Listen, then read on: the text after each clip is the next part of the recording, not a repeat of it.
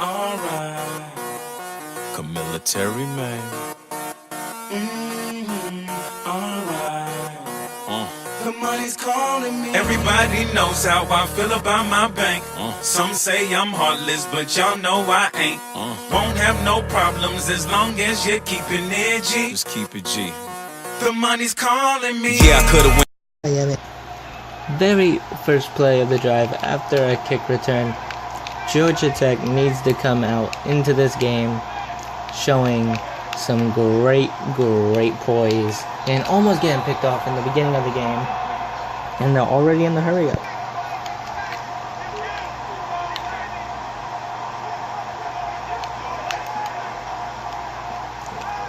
And an excellent throw, but number 21 was getting covered by number 21. It's kind of hard for them. Now both of these players have met up before, number 21 on Miami and number 21 on Georgia Tech. These players both have met up earlier, last season. And yeah, picked off there. And that's a very bad throw by number 2, the QB. So far, Kirkpatrick has came out here and missing his first 3 throws, and one of them was an into, which helped Miami get an easy touchdown in the beginning of this game. And there is another pick.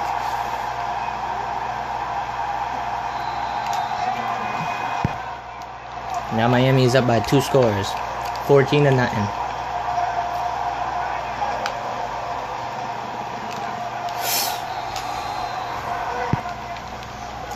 Kirkpatrick needs to get into this game. He is 0 for 5 throwing the ball, and his offense really needs him to start clicking.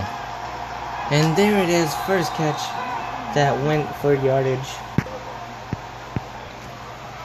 As you see, the coach wants to go for another deep throw. And dropped. Only 1 for 7 and 2 picks in this game. Kirkpatrick is not having a game that he's used to having. Georgia Tech needs to get a touchdown, and then defense needs to get a stop some point in the game for them to tie up the game, and then maybe even take the lead and getting deflected. I think they need to cool down on their passing for a few. He got laid out right there. Miami has gotten smarter with their plays on defense. But as you can see, Georgia Tech was phased earlier in the beginning with the tight defense that they were playing. And it looks like number 21 just got injured. So far for the last 2 seasons, it's 2-0 against this team, winning both games going up against them. And number 21 rammed into his QB. And when number 21 did that, it actually pushed his QB off balance.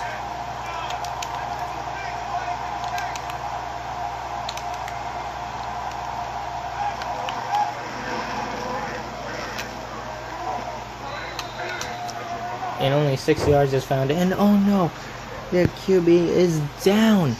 And the backup has to come in. Now Gibson will be starting next season. And he already got sacked on his first play. That's okay. Coach understands that he just needs to get his feet wet in the league. And his first pass is not going anywhere. Number 21's coming to the sidelines. 14-21. And the starting QB is going to be out for the rest of the game. Finding his wide receiver.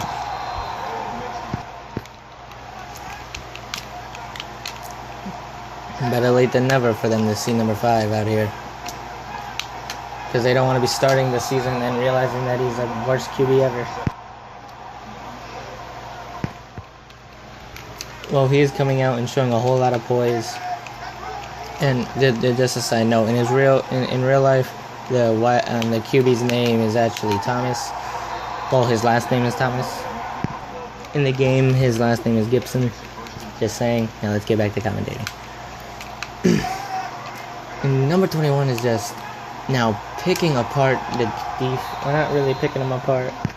Gibson is picking them apart, and McFleek is just helping This backup QB looking like an All-American.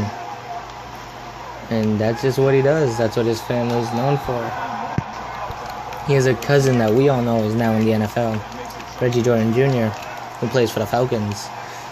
And he has a very interesting wide receiver record. And as you can see, McFleek already beat Reggie Jordan Jr.'s records. And that ties this game up 21-21. Backup QB was flawless getting down the field, only missing one throw earlier. Some say this would be the chance for Georgia Tech to have the lead. And those people would be right there, number 21 diving for yardage. McFleek is just any QB would want him at wide receiver. He doesn't make it look bad. He catches and goes up for everything. He puts his body on the line for every catch. Not every wide receiver will do that. Not even some wide receivers in the NFL today won't even do that, because they're not in love with the game like this wide receiver is. As you can see, Gibson, the backup QB, is only 10 for 11. A very excellent showing from a backup QB.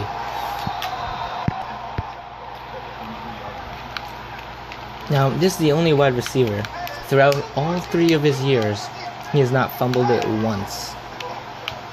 The only wide receiver in the league. The only wide receiver in this very league. Actually, throughout all the conferences. He never fumbled it once so far in his career. And maybe he can take that if he goes into the next level. And running it in for the touchdown, taking the lead before going into the half.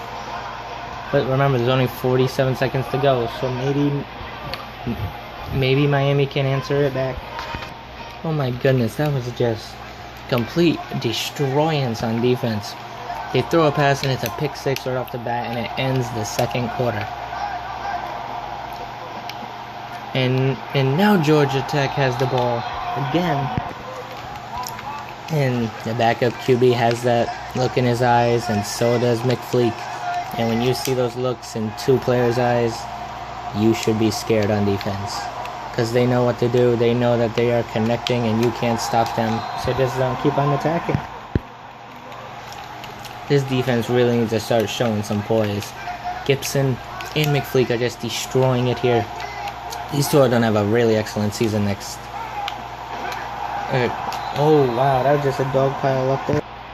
But McFleek bounces right back out of there, and they're already in the hurry up. 60's choice has been his very, very loved play. Not only does he get the ball every time, but he gets first down at the first down. Which reminds me of his nickname that he got his freshman year, Mr. First Down. He gets, and I would say that he's still Mr. First Down, just, I don't know, that nickname didn't really stick, but I'm going to start calling him that again. And look at that, we should start calling him Mr. Touchdown after that play down over in the end zone. And just look at that, the QB is just having a whole lot of poise. And you can just see his eyes as he throws it into the hands of McFleek. Down. This wide receiver and QB both still have that look in their eyes.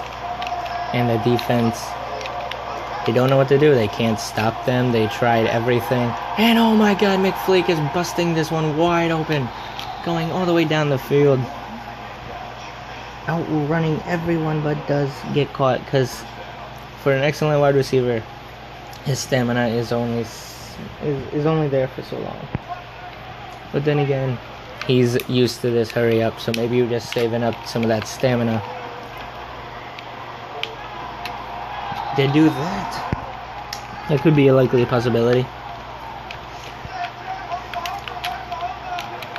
Now, there's been more talk about players fighting for yardage, and did you see number 22 trying to help number 21 get some yardage, but number 22 got flat ironed out of there, as you see the replay here, trying to help his buddy push, and then just get rammed right there.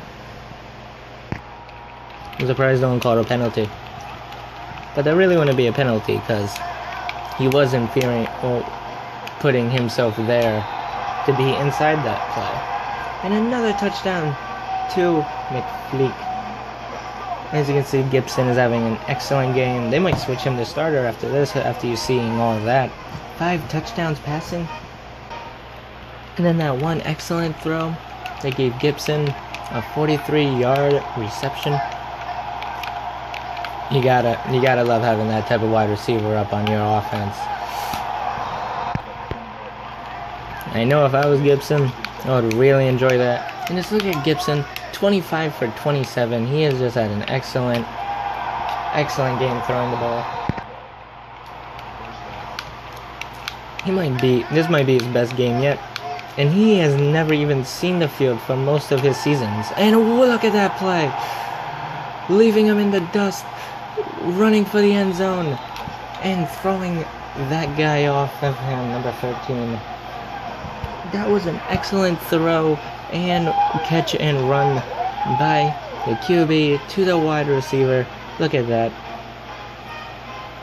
That was just an excellent play by the QB and the wide receiver. You don't see that every day. But then again, if you watch this team, you do see it every day. Well, every Saturday Night Live on OYB Network. But we have all of the best games in the league. And we also watch the best players. As you see him getting up after that hit. Some people might even say that he is 10 times better than Calvin Johnson when he was wearing that number at wide receiver number 21. I would say that's the best accurate statement I could say. At least at the college level. Remember, it gets much more difficult as you move up through the ranks, and he will be moving up. And and it's a fumble on the play. Number 21 tried to get the fumble, but he couldn't pick it up. We just lately started seeing McFleek start to rock the high socks. What do you think that is? Well, I think he finally got more accustomed to the weather. That does happen in Georgia. And as you see, 4th and 10. And that was the world's closest game. And Miami almost had a comeback. And the backup QB just did a fabulous job at what he did. Came on the field, knew what to do, knew who was the man to go to. And also sharing the ball a few times. And just look at that stance, that cockiness in his stance, but he's never really truly cocky. Because at the end of the day, he thanks everybody. And he mostly thanks his staff too. He thanks he even thanks the 3rd string QB. And he's never in the game. Except for that one time where Gibson got injured freshman year. And McFleek's freshman year. The starter and 2nd string both got injured. And 3rd string had to be out there for 2 games. And he made the 3rd string look like he was starter. No one knew what happened. I think, what was his jersey number? Number 13 or number 15 it was. And he just did an excellent job. And this has been the best game we ever seen. And now, this is the first game winning up against Miami. So we'll see y'all later.